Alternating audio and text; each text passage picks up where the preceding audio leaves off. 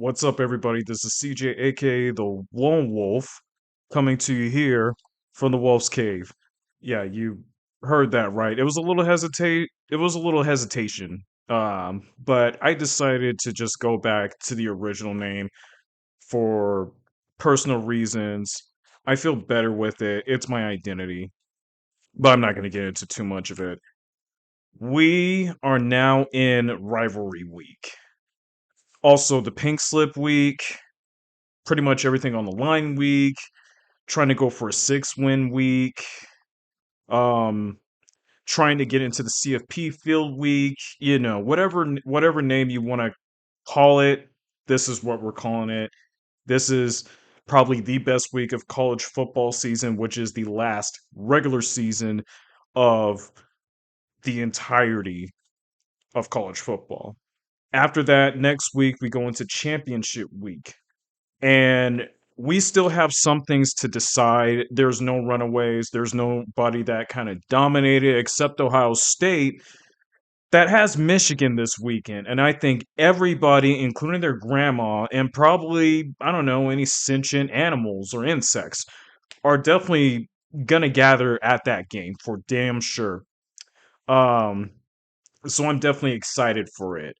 I talked with somebody who is an Ohio State fan, longtime Ohio State fan from the area, and he even says no matter what, that Michigan game is a huge deal. I can feel in this is going to be exciting, but it's also going to be nerve wracking because they lost four straight to them, and I'll go into that much more. There are other games that has a lot to factor in. Texas A&M, Texas, Georgia against Georgia Tech and Atlanta. Texas Tech goes on the road against West Virginia, if anybody even cares about that. But um, West Virginia is a difficult place to play. Oklahoma hosts LSU, and that is kind of a difficult stretch. Oklahoma has a pretty much bad history against LSU as far as you know the success or lack thereof goes. Alabama goes to Auburn. So there's plenty of games this weekend where you have good or great teams going on the road. And even some teams that are hosting that has pretty much a gauntlet task to make before there's even a decision if they can win this game or not. So a lot's going to be played into. Um the ACC definitely may have chaos coming. However, though, when the committee came out with these rankings, which is today, Tuesday, from whatever day you guys are hearing it, I was expecting a little bit. I was expecting a little bit of a ranking system. Like I still haven't seen James Madison. I still haven't seen North Texas in the CFP polls, and yet they're in the AP polls, which I feel like the AP knows a little bit better. But I don't know why. I don't know why the committee doesn't have them in. I'm a little disappointed. So I don't know if there will be ACC chaos because now you got SMU and Pitt into the rankings along with Georgia Tech, who hasn't fallen off the rankings. Somehow Arizona got into the rankings when you have James Madison in North Texas, who has one loss. But I guess it doesn't really matter in this day of college football, which has been a long time of college football. And then you have Virginia, who actually is at the top of the ACC. And then you follow up with Miami, who is the highest ACC team in this rankings. That's not even in the top two right now. They need to beat Pitt, and they need losses by I think either Virginia or SMU to be able to make a bid for the ACC title game. So there's going to be a lot that goes in and more. Honestly, I want chaos in the ACC because I love chaos in college football. If there was a week to have it, it's this week and next week, depending on the situation.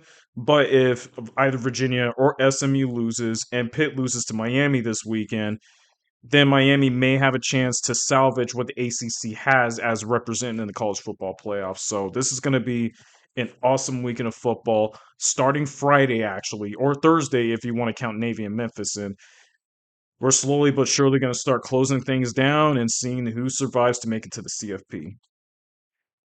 Now, I want to go into a quick review of this past weekend of college football. It was a cupcake schedule. Wasn't really a big deal.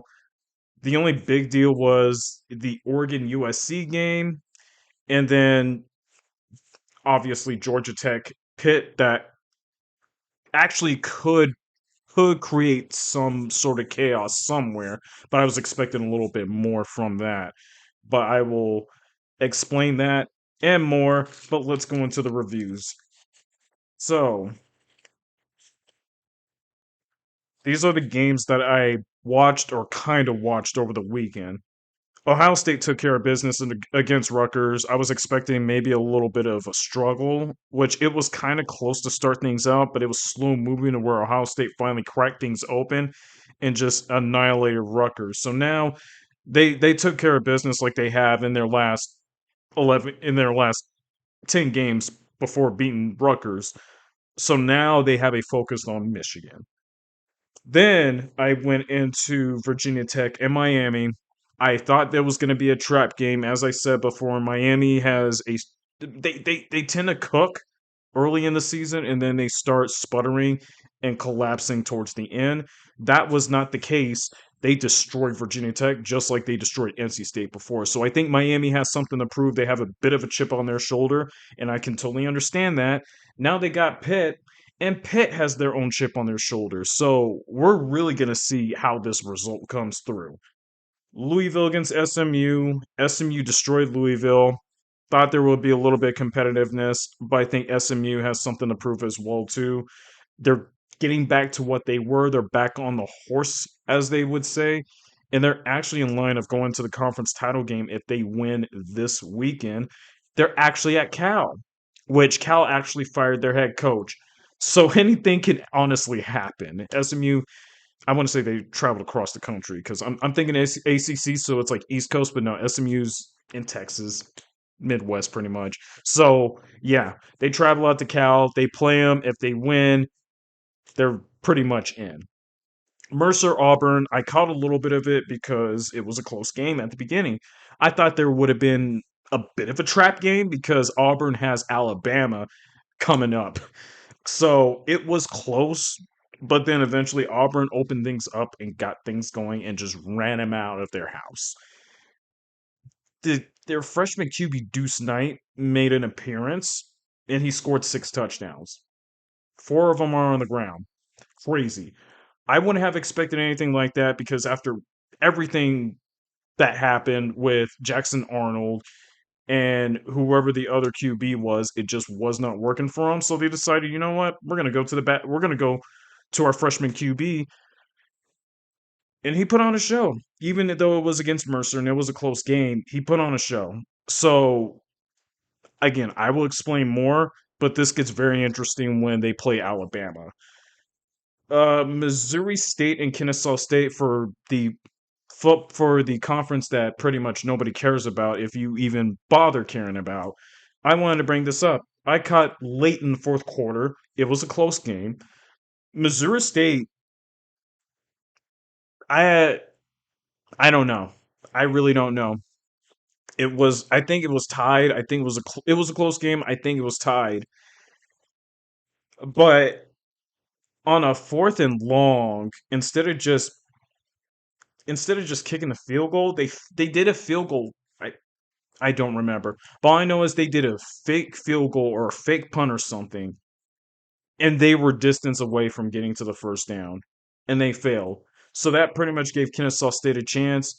They ended up pulling off and winning that game. The coach had no regret making that decision because this was their first year in the FBS in CUSA conference, and it looked like they had a chance.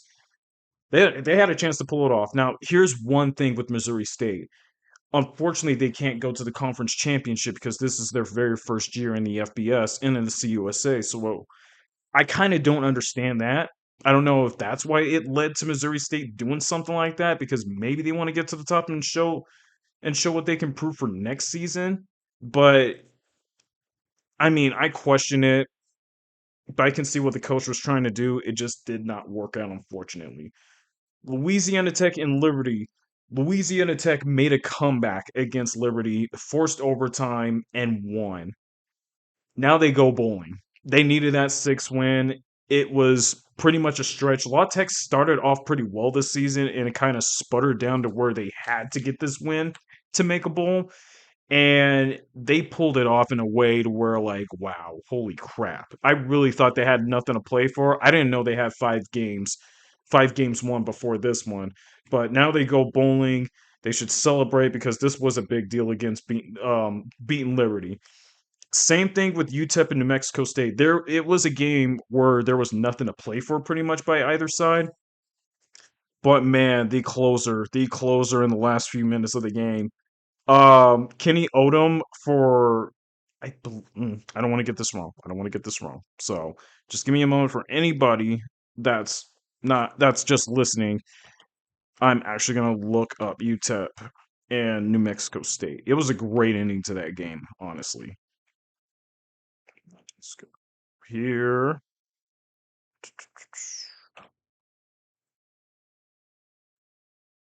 The world we live in with technology. The world we live in with technology. Okay, let's see. All right, scoring plays. Let's go to scoring plays because this is something I want to explain.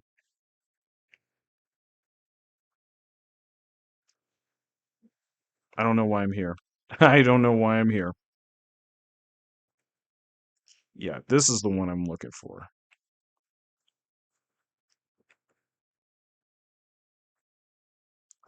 Okay, UTEP's touchdown was pretty amazing.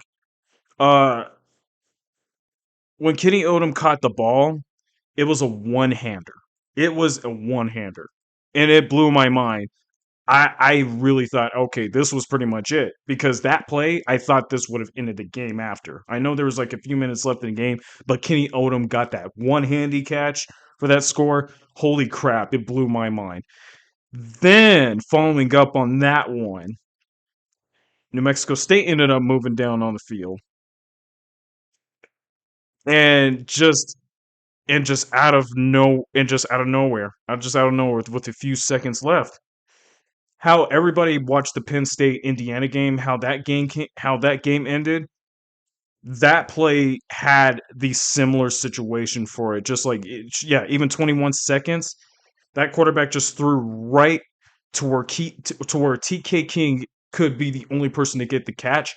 Got the catch, barely got the foot down in the back of the end zone and got it. It felt about the same as the Indiana Penn State. That was insane, man. So, I mean, it was nothing to play for by either side for anybody who even cares about this. This is a rivalry game between New Mexico State and UTEP. This was UTEP's. This is UTEP's. I don't know if they're going to play New Mexico State again, but this is UTEP's last game against their rival NCUSA before they move on to the Mountain West next year. Um, but man, what a way to end it. You know, it's unfortunate UTEP couldn't just get the win to close things out and kind of get bragging rights moving on to a new conference. But still, for how below average both of those teams were, that was a good finish to this one. Okay, let's see.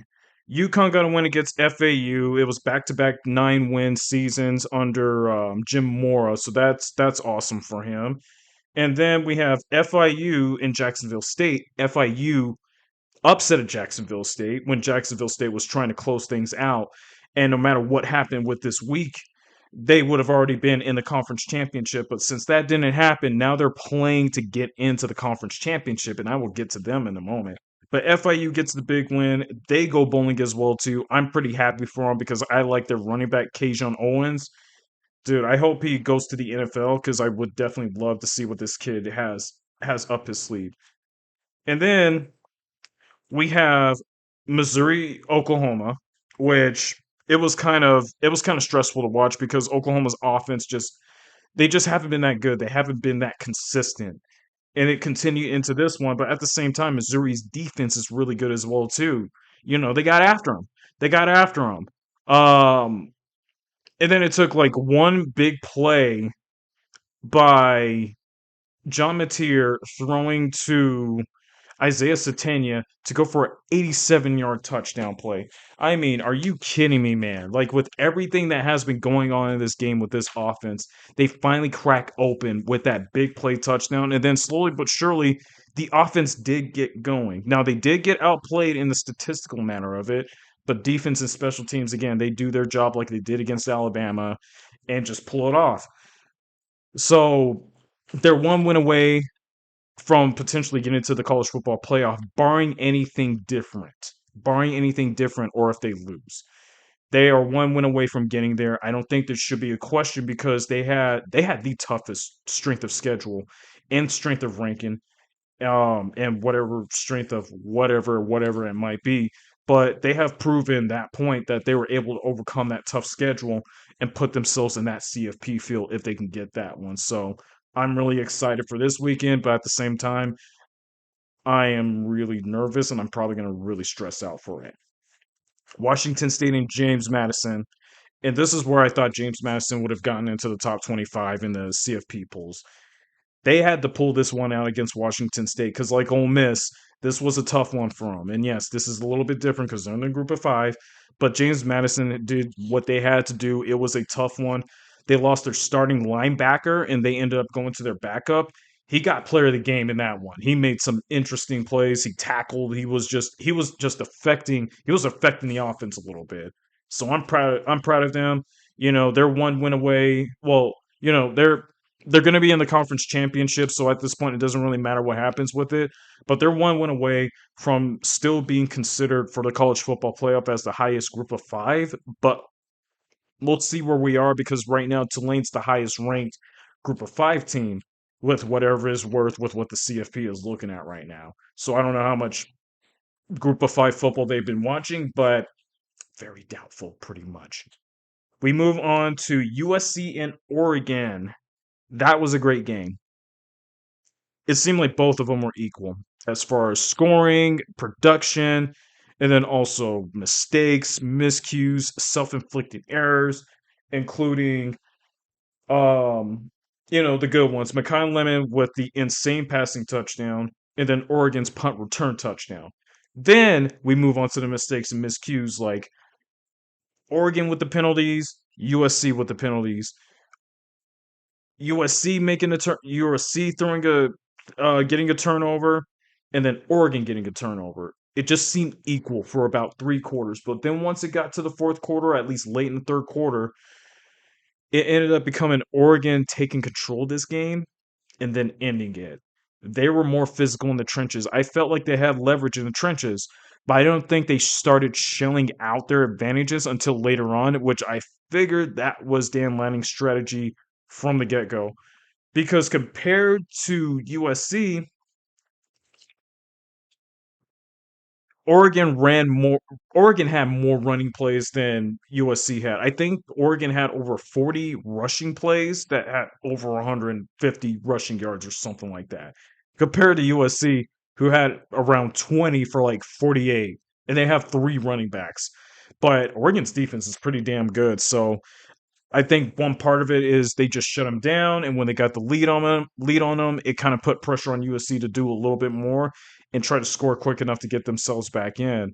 But Oregon, I think they've proven that they are a better team than a lot of people thought. Like I really thought this could have been kind of a down year, but I still think they would have made the playoffs no matter what. I had them picked as a sixth seed, so I mean, I and the good thing about it is they don't have to worry about playing in the college. They really don't have to worry about being in a Big Ten championship, but we don't know until we find out with Michigan, Ohio State. Because if Ohio State loses, may yeah, if Ohio State loses, there is a chance Oregon does play in the Big Ten championship against Indiana instead. It doesn't matter if Indiana loses; they beat Oregon, so they got the tiebreaker off of them. And if you see this picture right here, dude, what a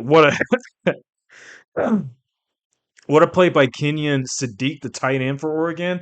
But also when he went in for that touchdown, kind of got clipped low, got hit at the same time too, and just kind of like flipped over. And then you see that right there.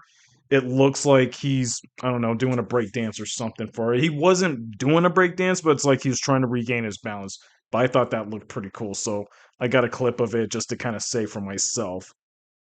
All right, let's see if there's anything else. Okay, Kansas State, Utah. That was something, man. Kansas State had Utah throughout the entire game. I didn't know what to make of it. I thought Utah would have killed them, like they have done against every other team that they've won. Unfortunately, it wasn't the case with this game. But like Penn State and Texas A&M, when you got to have it, you got to get it, and you got to get it done. And they did that. And this is a huge deal for Kyle Winnington because I don't know if this is going to be his last season coaching for Utah, but the fact that they came back, it took the transfer QB from New Mexico, Devin Dampier, to just put his team on his back and carry him to come back and win that game against K State. That is a massive deal. I'm very happy for him. I'm very happy for Utah. I expected them to be improved this year because of Devin Dampier. He makes a huge difference. I mean, he got New Mexico 5 wins last season, and they were not a good team. But the fact that he improved Utah's winning record like by a long shot. I expected probably an 8 win, 9 win season by Utah, but the fact that they excelled that and they're this close to getting one more win, which I kind of reached that point for them to get about 8 to 9. This will be a huge deal for them to kind of close things out. They have Kansas at Kansas next week, so we're gonna find out to see how things close. Him and I believe Jalen Daniels, if he's healthy, this should be a pretty exciting game to see. Unless Utah decides to kill another team like they have done to 8 other teams. North Texas and Rice. Probably another game where it's not a big deal to anybody, but come on. Drew Mestemaker is just awesome.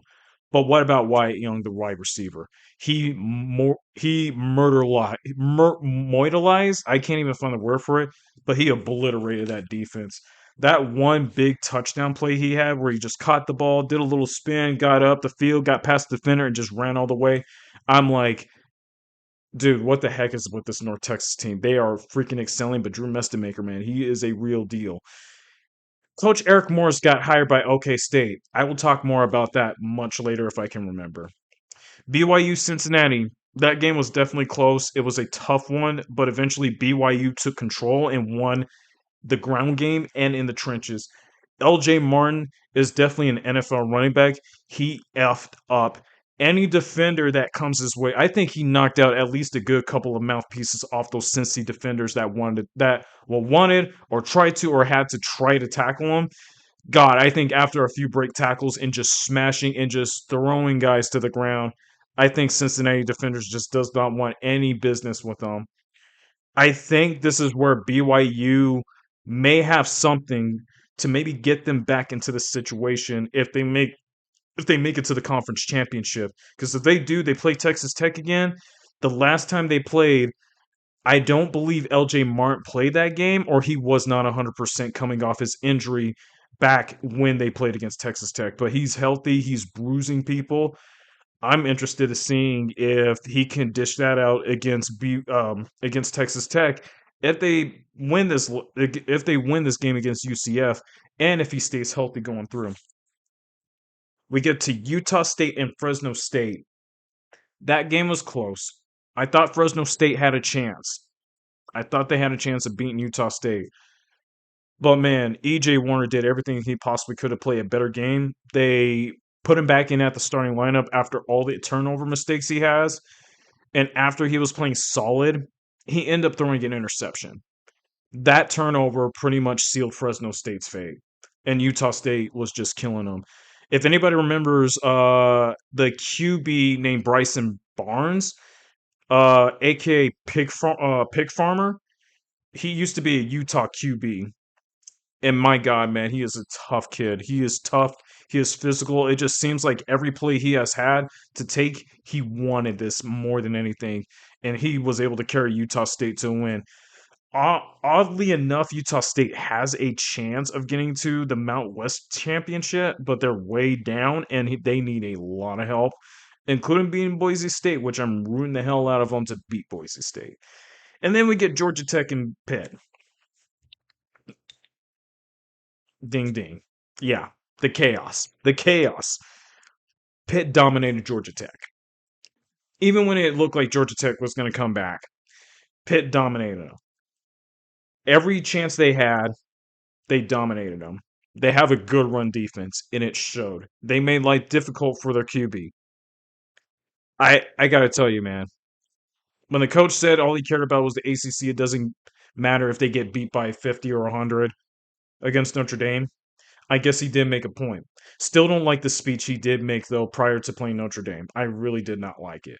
But the fact that they came out and they played as well of a good football game as they did, this makes it nerve wracking for Miami. And I'll get more into that one. Okay, so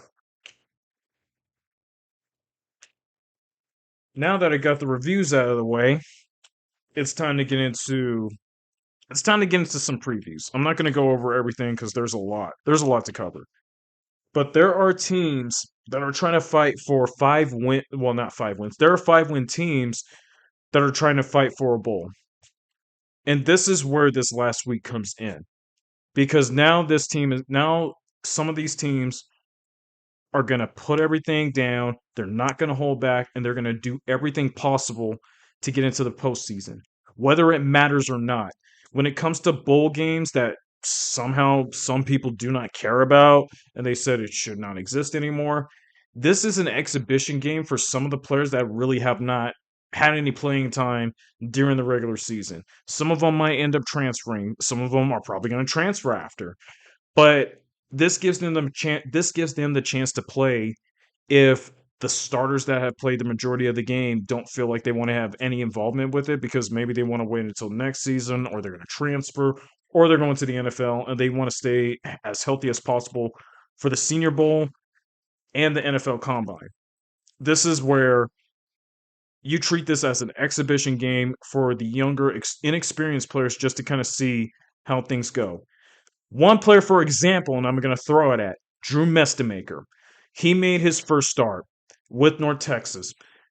They almost won the game in the bowl. If he didn't throw those 2 turnovers, North Texas would have won this game. I was impressed with what this kid had. He is a good he can throw the ball pretty dang well. He seems smart for a freshman. And it was just his first start too. So the fact what you're seeing right now, if anybody even cared about watching North Texas and what he does, he's good. He's shown what type of potential he has. And this is the example of why bowl games mean something because you'll end up seeing some of those guys that hasn't played that much this past season might do well this next season. So I would just watch out to see who makes the bowls. I would if you're that guy who wants to see a future NFL player do something right now for college, I would take the bowl game as kind of like an evaluation or something for it, or like something you can list for the future. That's something I do now. And I'm having a good time with it. That's why I saw like guys like Drew Mestemaker and Drew DeShields and Kajon Owens and a few other players that nobody knows about that are actually doing pretty dang well because I pay attention to stuff like this, like even the bowl games. Okay, I don't want to hold up too much on it. So here's just a few examples of well, not few examples. What am I talking about? I'm just gonna wing it. So here's a few games preview that's gonna have plenty on the line. Navy at Memphis on Thursday. Navy needs a win to go to the AAC title game. If not, there's going to be other teams behind them that are going to have a chance for it. Utah is at Kansas. Utah has to beat Kansas to stay alive and see what happens with the rest of the Big 12 opponents. There's North Texas against Temple. North Texas needs to win to potentially get themselves an AAC title game, but Temple's going to be tough. Temple has played as well as they possibly could, even though they're not that good. Boise State, Utah State, as I was talking about. Boise State is trying to stay alive to get into the Mountain West Championship, but Utah State's trying to get into the Mountain West Championship as well too, even though they have a long shot. So whoever wins that game, they're a step closer of trying to get that opportunity for it. And then we go to teams like who else? Vanderbilt at Tennessee. Huge game for Vanderbilt. Vanderbilt is trying to make a case of trying to get themselves as the last team into the CFP field. They need a lot of help. but beating Tennessee, their rival at their place, could go a long way for sure. Same thing with Duke against Wake Forest. Wake Forest is going to be tough to get through, but if Duke wins, they need some help to get themselves into the conference championship. I can't believe they're still alive for it, but they need a win and some help to get themselves in the conference championship. We don't know how that's going to play out, but ACC's been kind of in a rift at this point. And then we have Notre Dame at Stanford. It looks like Notre Dame should destroy Stanford. We don't know where Stanford is at this point, but it is the last week of the season. Stanford has nothing to play for except they're playing their rivals so they could throw everything in the kitchen sink at them. I guess we'll see what happens with it, but if Notre Dame can win, at least in some ways, they're still alive of making the CFP field, barring what happens with Miami right behind them. Now, I want to get into what I like to call the top 10 games of the week. And why do I bring this up?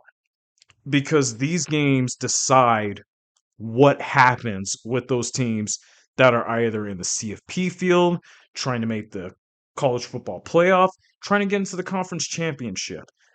They have a huge scenario in how everything plays out.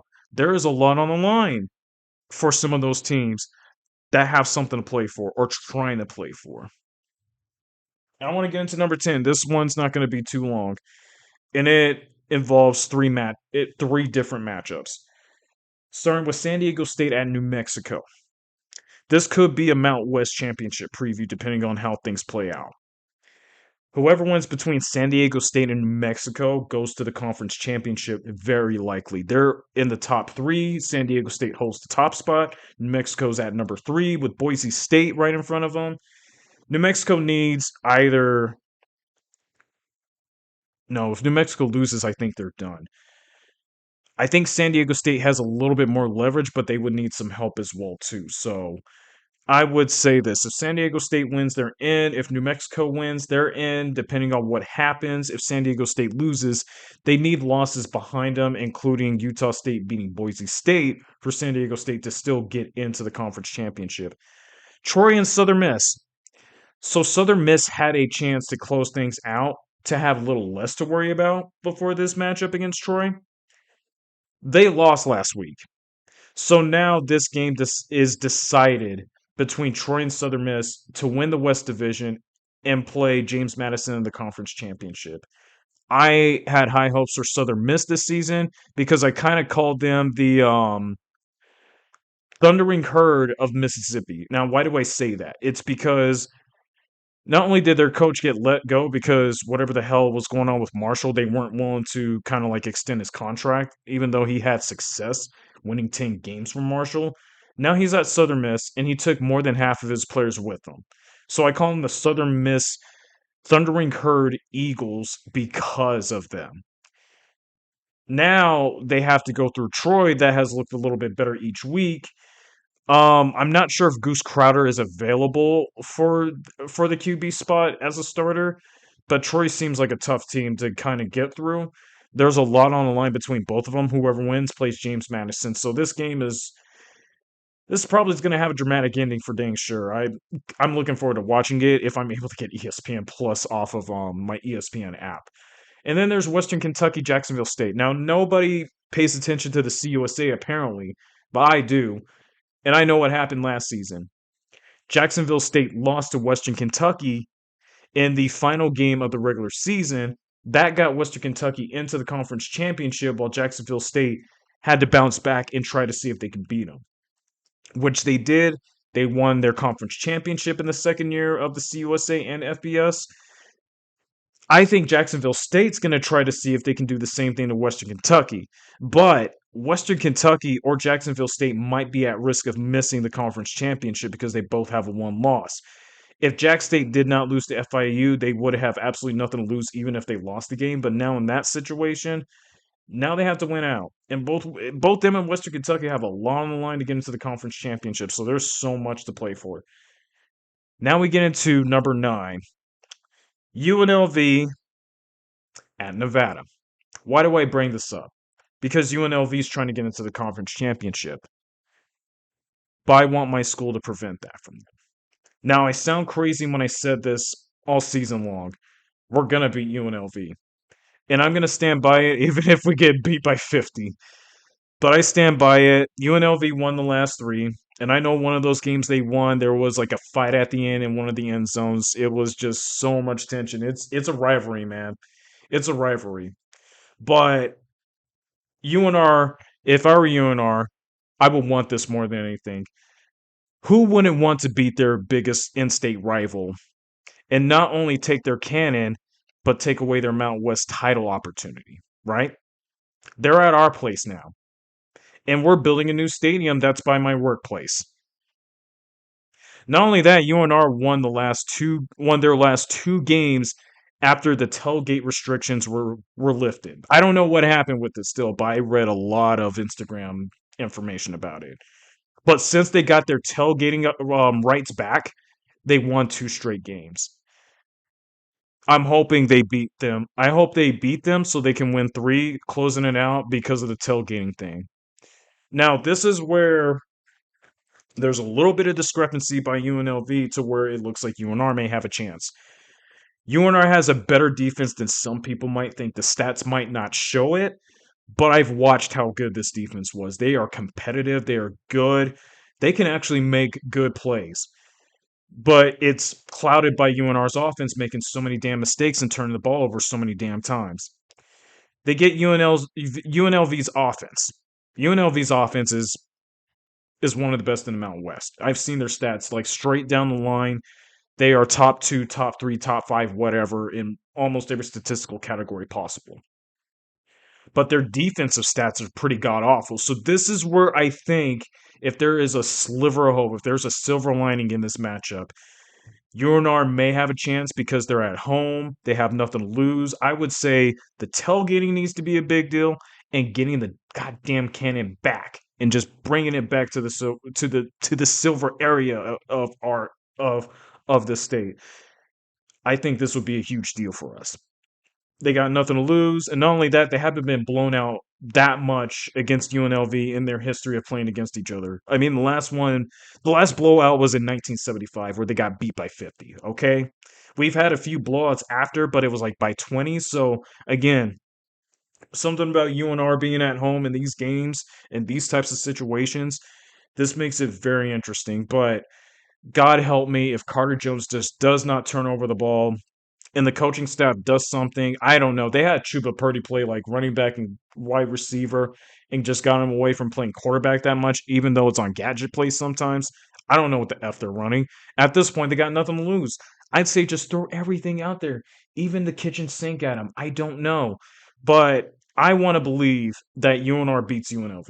And I'm going to keep believing, even if we get beat by 50. I'm just going to have faith in them. We move to number 8, Virginia Tech and Virginia. It may not seem like much, but it has to. We're talking the ACC being at risk, no matter what happens with Miami unless they beat Pitt. But Virginia holds the top spot right now after Georgia Tech lost last week. And before the rankings did come out on Tuesday, it looked like the ACC was going to be in shambles if any more teams that were at the top lost. Virginia may have the biggest pressure on them more than anything. Not only that, they lost to Virginia Tech the last four meetings, whether it's at home or away. And to kind of add on to it, they do not have their leading linebacker, Cam Robinson, for that game, too. So Virginia has a lot on the line. They do have quarterback Chandler Morris, and he's going to put everything he can into his pocket to make sure that this team does win and go to the conference championship for the first time in I don't know if they played in the ACC championship ever, so I'm willing to find out and take a look at the stats and information on that one. But they have to win this game. I don't know what Vatek has. We don't know how it's going to play out, but Vatek has 4 straight wins on Virginia, so this is where it means so much more for Virginia to kind of step up a little bit. Ole Miss at Mississippi State. I would say it's kind of interesting that Ole Miss kind of dropped one spot, but Oregon played really well against USC, so I can kind of see them moving up one spot over them. But then again, maybe the committee got tired of Lane Kiffin drama and all that bullshit and decided, you know what, F them. We're going to just drop them one just to punish them a little bit. We don't know what's going to happen with Lane Kiffin after the Egg Bowl. They're expected to beat Mississippi State in the Egg Bowl. But a few years ago, there used to be a time to where both teams beat each other on each other's fields, back to back to back to back to back.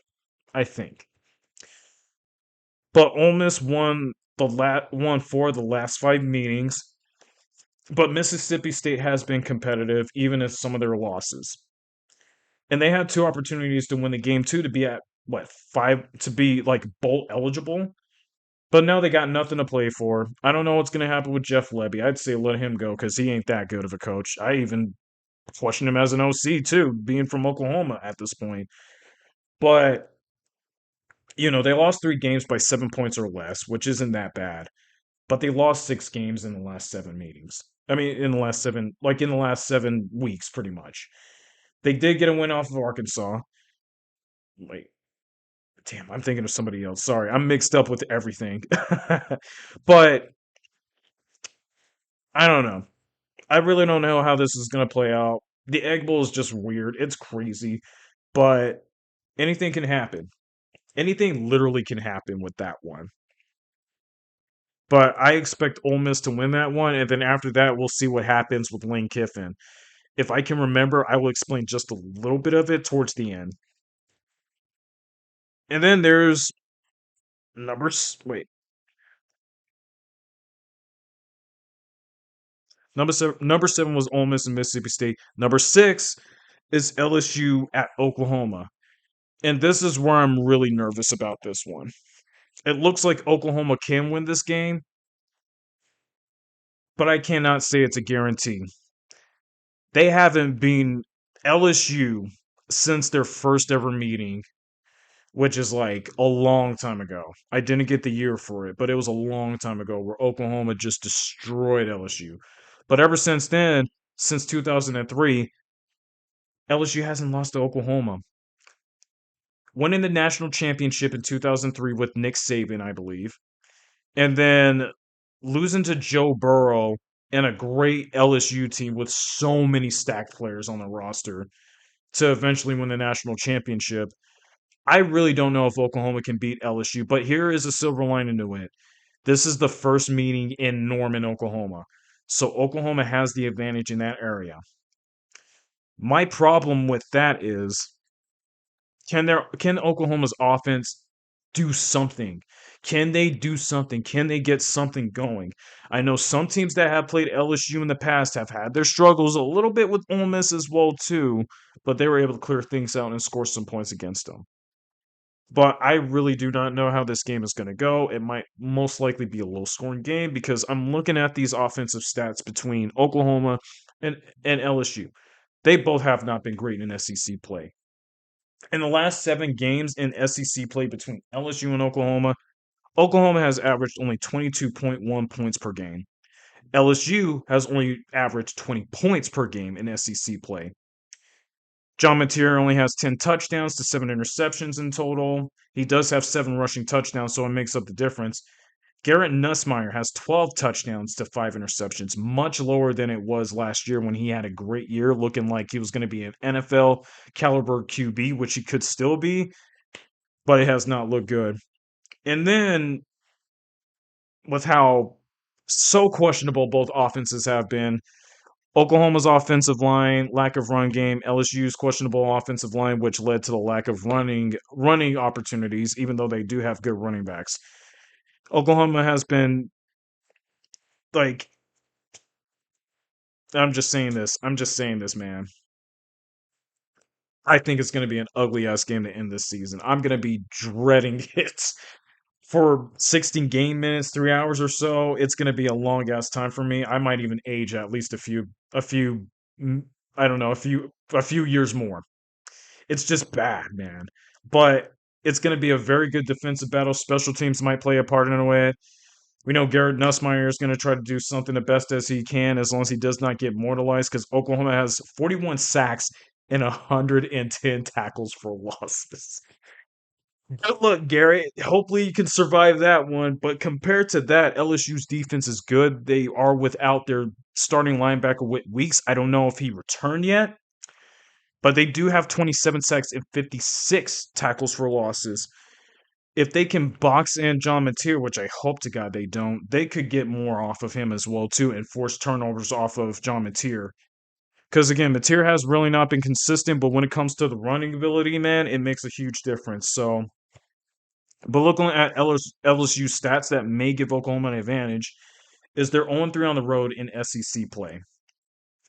However, though, the silver lining for LSU to have the advantage is that they're 6-0 when holding teams under 20, while being 1-4 when allowing 20 plus points. And that one was against Arkansas, which they won that one. That was the team I was talking about.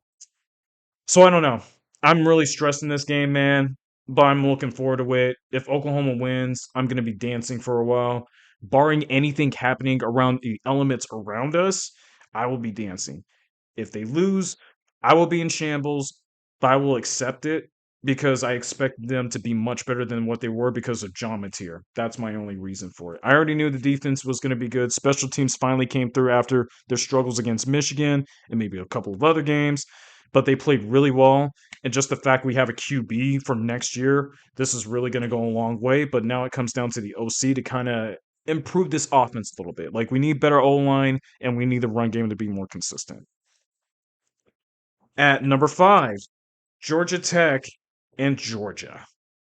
Georgia's going to Atlanta.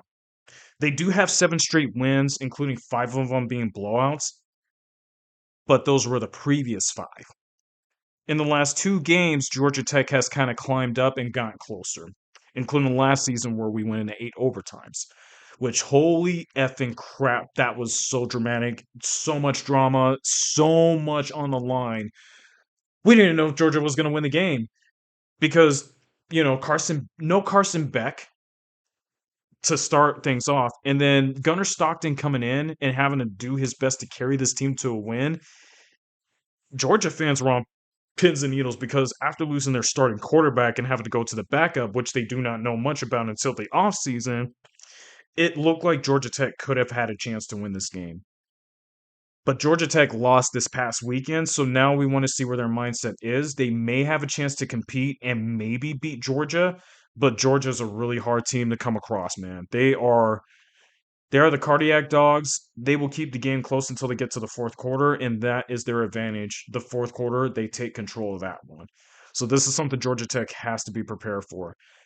Georgia Tech has as much on the line as Georgia does. Georgia Tech is trying to make the ACC title game, but they need some help if they win. Georgia's doing the same, but a win and an Alabama loss gets them in. I don't know if a Texas A&M loss would get them in. I'm not too sure actually, but I know Georgia beat Ole Miss, so they have some sort of leverage. So either way, a lot on the line. It's going to be a lot of drama. Looking forward to that one. I do follow someone that is a big time Georgia Tech fan, so I'm going to make sure to message her saying good luck to this one before this game goes. So I cannot wait. Number 4, Texas A&M at Texas. Just like the Georgia Tech game, there's so much on the line, but it's more of A&M situation than it is Texas situation. However, if I'm not mistaken, Texas moved up to 16. Now, I honestly don't know how this plays out because Texas lost 3 games this season. So they're technically still eliminated from the college football playoff. But let's see what the committee says if they somehow beat them. They got A&M at home. They won 4 of the last 5 against them. They even beat A&M last year when A&M was in a good situation of maybe trying to get into that CFP conversation because they were an underrated team that actually did well, but they had home leverage on them. Now they're on the road at Austin. A&M's win locks them up for the SEC title game. That's pretty much it. But man, it's kind of easy to say. It's kind of easy to say that this is A&M's game to lose. It really is, and it looks like it is. But man, I don't know. I really don't know. Maybe Texas has an answer to everything on offense, and they start playing lights out football. But to an extent, their defense has given up some points. I'm not going to say it's all on them. The offense may have had some issues, but I think that is a problem because A&M's offense is pretty hard to stop. They can run the ball, they can pass. Marcel Reed can extend plays, expand, run. He'll do pretty much everything to carve out a good defense. I still think A&M's going to win this game somehow, keep it close to get revenge on Texas for beating them at their place last year.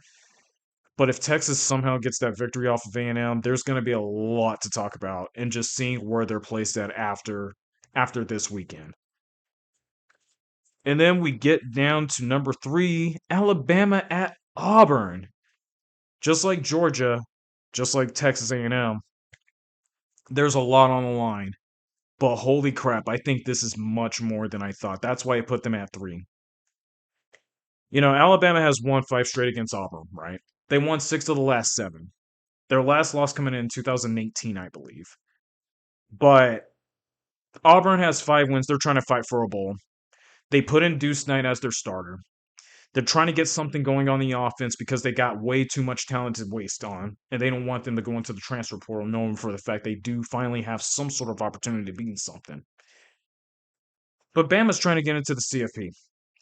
If they win, they're in the SEC championship. And by looking at the rankings right there, it might seem like they're not in, but they only have one SEC loss, and that's to Oklahoma. But Oklahoma has 2 losses, and Georgia lost to Alabama. So Alabama outrightly has the tiebreaker over them. But this is going to be something Alabama has to have their mindset for. They looked good last season, even though it was against Eastern Illinois. But this was the one game Ty Simpson did not play well. He didn't throw a touchdown pass. He had 2 interceptions in that game, which was kind of weird. But, the team did well. They beat Eastern Illinois. Who cares? But it's going to be a very weird situation. I wouldn't be surprised if this was ugly. I wouldn't be surprised if it's competitive. I wouldn't be surprised if Auburn's playing confident football. But it's up to Deuce Knight. What can he do against Alabama? They're at home. They got nothing to lose. If they win, they get into a bowl.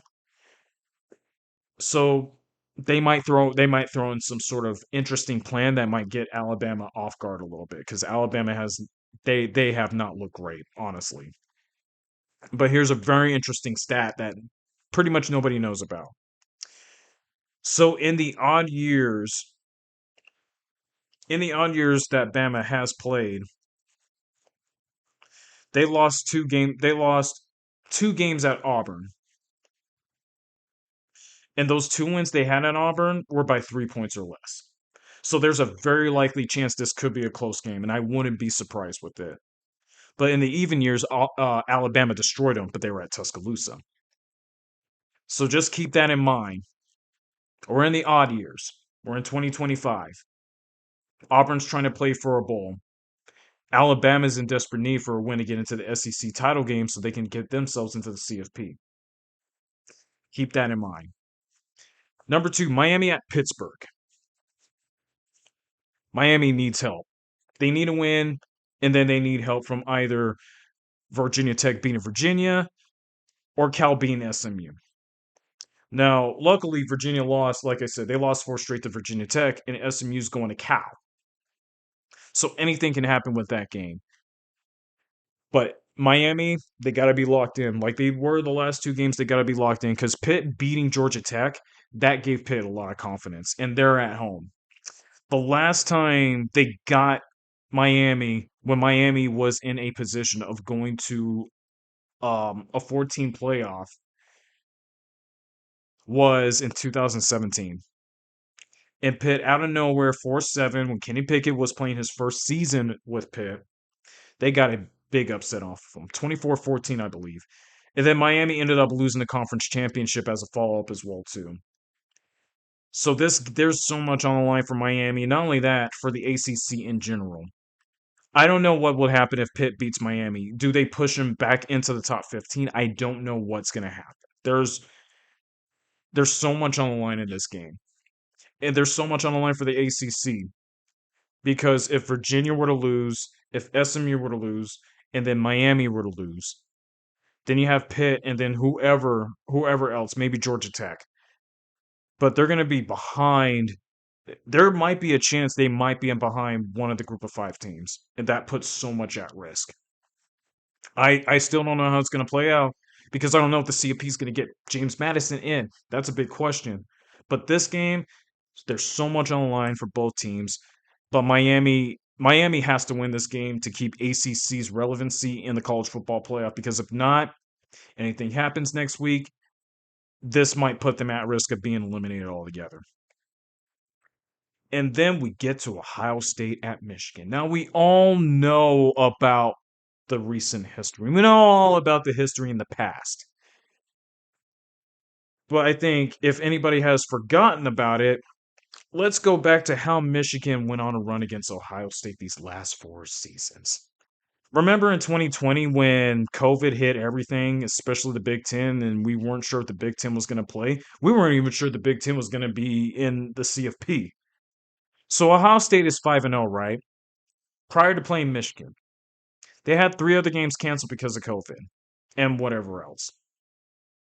Michigan decides to cancel their game, knowing for the fact Ohio State has 5 wins. They just need one more to get into the Big Ten championship and be qualified for it with 5 wins to play in the CFP. No, let's not give them that. And we thought at first Michigan won by doing absolutely nothing. So let's technically say it could have been 5-0 for Michigan if that would have worked out. No, the Big Ten did something. They pleaded to get Ohio State in because they're 5-0. They did their job. They went through their schedule with all crap happening with COVID, and it sucked, right? Ohio State ends up going to the conference championship, beating Northwestern, getting to the CFP, and getting to the national championship. And I bet Michigan people are like, "Are you fucking kidding me? Didn't I hear you're supposed to win 6 games to qualify for the conference championship and get into the playoff? Wasn't that the original plan?" Apparently, it doesn't matter because the branding overcomes everything in college football, and Ohio State's brand was enough for it. So they get in, they beat Northwestern to win the conference championship. They go to the playoffs. They beat Clemson, I believe, and then go to the finals, even though they lost to Alabama. Now we get into 2021, right? Jim Harbaugh is there. They finally figured things out. Maybe not playing Ohio State gave him a plan. This is how we're going to beat Ohio State. We have the formula to do it. And guess what? They ripped off 4 straight wins against them in that meeting. Now we're going into the 5th one, finding out if Ohio State can stay number 1 undefeated, beating Michigan. Finally, finally. Knowing for the fact Michigan really doesn't have much to play for, or if anything, they don't really have much on their roster to compete with them. Well, let's hold on a second. Michigan is they're strutting their stuff right now. They feel confident. It doesn't matter what their record is. It doesn't matter where their rankings at. They're already in Ohio State's head even before this matchup goes in. I talked to an Ohio State fan about that. He even has that thought about that. And I would even think that as well too, because when you lose to your rival 4 to 5 times, it does get into your head no matter who you faced or who you beat or if you gone undefeated. You can beat Alabama. You can beat, I don't know, you can beat Georgia. You can beat Clemson when they were good. You can beat anybody you want, but when you don't beat Michigan, it gets into your head, especially if you lose to them 4 straight times. So, I was going to even explain some of the history, but the history has already been explained. So now we're in this situation. Ohio State has to go to Michigan, right? They got to go to Ann Arbor. And I had this talk with him about that. And he told me there's a possible chance there might be snow and I'm like, "Really?" I wasn't even sure if it was true. So I actually looked at the weather report for Ann Arbor. There's going to be snow. However, though, it starts at noon. It's it might change, but they said at the beginning it's supposed to be light snow, right? Well, it starts at noon. Who knows how it's going to play out? If anybody remembers the Rams Eagles game in the playoffs, snow eventually came in and the Eagles eventually took advantage and just, well, I wouldn't say run away with it, but they were able to leverage their situation, the fact they had snow on their side, and they can get to the running back. I have that feeling about that with Ohio State's situation because when you're thinking Ohio State at this point, you're thinking quarterback and elite receivers. It used to be elite running backs back then, but it has gone to the point to where passing has been more attentive than it is the run first thing. And you got guys like Jeremiah Smith and Carnell Tate. And then you have Julian Sain, who's playing for a Heisman pretty much. So you're thinking a lot's going to be passing. If the snow plays a huge part in it, that's going to take away parts of their game. Does that do the same for Michigan, though? You got a freshman QB who's been up and down this season. You don't know what their identity is, but if anything, Michigan's identity back then with Jim Harbaugh has always been running the ball. So they might go to that. And if I don't know if Justin Haynes is available, but him and Marshall even too. But they know, you know what? We're just going to run the ball. We're going to see what happens, and maybe we can slow things down, run some time, and try to get some leverage to score at least a few points and put Ohio State under pressure again, like they did last year. Their roster is underwhelming, but whatever situation they can put themselves in to try to get a victory off of them, they will do everything they possibly can.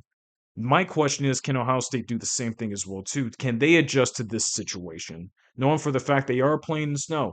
You can tell me all you want about Ohio State and how good they have been. They have Michigan in their head outrightly, even before this matchup even starts, right at kickoff. And then you have the weather playing a part in a way. So I think at this point, of everything that I have had on my top 10 on this list, this game is going to have an effect on everything. If Michigan wins this game for the fifth straight time against Ohio State, they have to be in the college football playoff.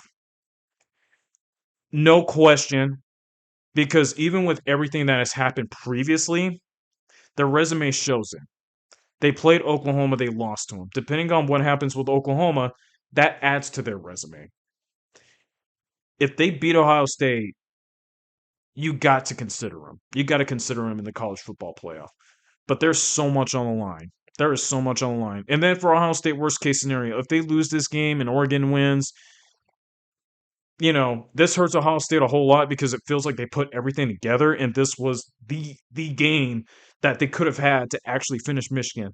But worst case scenario, in the college football playoff, has the home game, nothing to lose. They got an extra break. But I don't think that's on Ohio State's mind now. They did their job this season. They beat Texas, and they killed pretty much everybody across their schedule. Now they have their focus on Michigan. Depending on what happens with the weather, hopefully they're prepared for it. All right, I'm done. I got to do a little bit better on myself with it, but I felt like I pretty much covered what I could cover. Now, two things. Two things.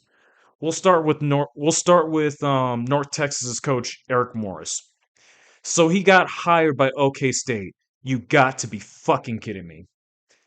Excuse my language, but you got to be fucking kidding me. Why do I say this? Because my favorite QB that I have paid attention to since the bowl game last season, I wonder if he's going to follow him to OK State because OK State needs to really shapeshift their entire roster. And what and this couldn't have been a better situation than bringing Drew Mestemaker in, who was lights out playing great football as a freshman. And then you bring in your own players like two good receivers, one of them being what? Wyatt Young, sorry. And then they have the other receiver that's really good as well too, and he's only a junior. And then they can bring whoever Eric Morris can try to bring whoever else they want that succeeded in the AAC, and then take them into the Big 12 with OK State. And then at this point, OK State could bounce back next season. And here is OK State's schedule. Oh, first off, let's look at the roster. So there's Landon Sides, there's Wyatt Young, and then maybe Miles Coleman follows along as well too. But then you got Drew Mestemaker, and then two running backs that actually put on a good performance this season. He could take these guys with him, and then they can figure out what to do about it in the state of Oklahoma, and maybe build a roster from Texas and Oklahoma and anywhere else that he can think of. But this is Eric Morris's chance to actually turn around OK State. And I really hate that. Because if they take Drew Mestemaker too and he plays for OK State, where's that stupid fucking orange and black fucking gear. I'm gonna be so mad at myself, man. Like, do I hate Drew Mestamaker? I really don't want to, but do I want to support him? The fact that he's wearing black and orange, I don't know, man. And I had this. I talked with somebody who's an OK State fan too. I just found out about this, man. God, I hate that so much. But whatever Drew Mestamaker does after this season, I hope he does well because he's a very good quarterback. I want him to have success in the future. Even a few players, even a few former QBs that actually got to see him, they praised him pretty well. But I really hate to hear that he went to North Oklahoma, and played at OK State. Please kill me, man. I don't want to see that. I really hate supporting one of my favorite QBs for a fucking school that I fucking hate, and I want them to fucking suffer for the rest of their fucking life as long as I live. But yeah, I guess we'll see what happens with him and everything else. And then number two, Lane Kiffin's situation. So, I had this conversation about this of whether he's going to stay in Ole Miss or if he's going to go to LSU or if he's going to go to Florida or wherever. He might sneak elsewhere. I'm not telling anybody and just, hey, I'm at this school now. Gotcha. You thought I was going to go to this school, that school, or stay at that school. Gotcha. So I'm just gonna say this straight out. I think after the Egg Bowl, he's gonna crack an egg on something big.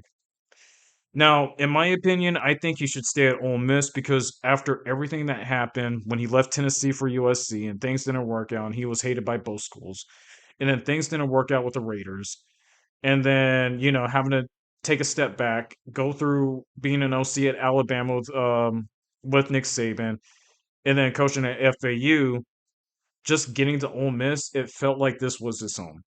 He felt accepted, and the Ole Miss community loved him and his and his weird shit. I don't know, but I felt like he should stay because of it. But I can understand if he ends up going to a school like LSU because LSU has so many resources and finances. And I mean, if anything, the governor's going to back him as well. Well, no, not the governor. The mayor of Louisiana, he'll back him for that as well too. I mean, especially with his comments and stuff, it's kind of weird and funny. But yeah, he would have that many resources, and not only that, man, New Orleans and Louisiana itself is like a pool of 4-star, 5-star players. So this was hugely help Lane Kiffin, and then he has that connection with the Florida as well too, because he coached over at FAU, so he can even get some of the Florida players to come play for his school. Just imagine how that would turn out for that program. And then he has experience with the transfer portal, being the portal king, because of his knowledge of it and being in the NFL, knowing free agency. So that, and then maybe Florida. Florida would be his biggest advantage as well too. About the same situation. Not only that, he would be in a great place too. Like just being back in Florida, he has knowledge of the place. He knows how to recruit there, and then at the same time, being a portal king, he'll take advantage of it. But I feel like Lane should stay at Ole Miss, so I won't be surprised if he ended up at either Florida or LSU. I wouldn't even be surprised if he just surprises everybody and goes to a different school completely. I mean, it's his. I mean, it's his world. It's his world to do whatever the hell he wants. Now, Ole Miss. Now, some of the Ole Miss community might be pissed off at him. Maybe the college football world might be pissed off at him. He might be a villain, but I don't give a shit. He could do whatever he want. I'm happy for Lane. Okay, I went over an hour. I didn't expect that. It's like over 9 in my area, but hey, I feel more comfortable doing this at night than I was like in the afternoon because I felt dreaded after work. Well, not dreaded, but I felt like dragged just trying to do this.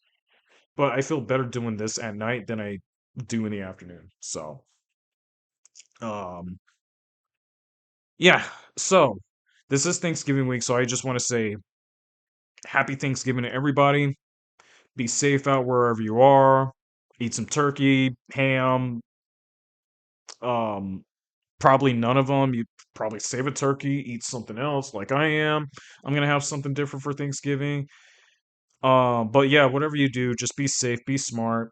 If you're gonna have fun, do what you got to do. Just don't get too crazy.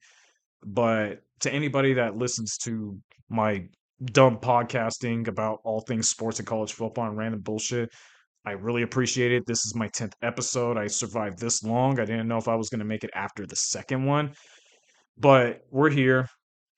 Did enough of my traveling, and now I'm here doing this more consistently. I'm having a good time with it and everything, just talking football with you guys. But yeah, happy Thanksgiving to everybody. Have a safe trip. Whatever you're doing, peace out. Check one, check two, check three, check four, check five.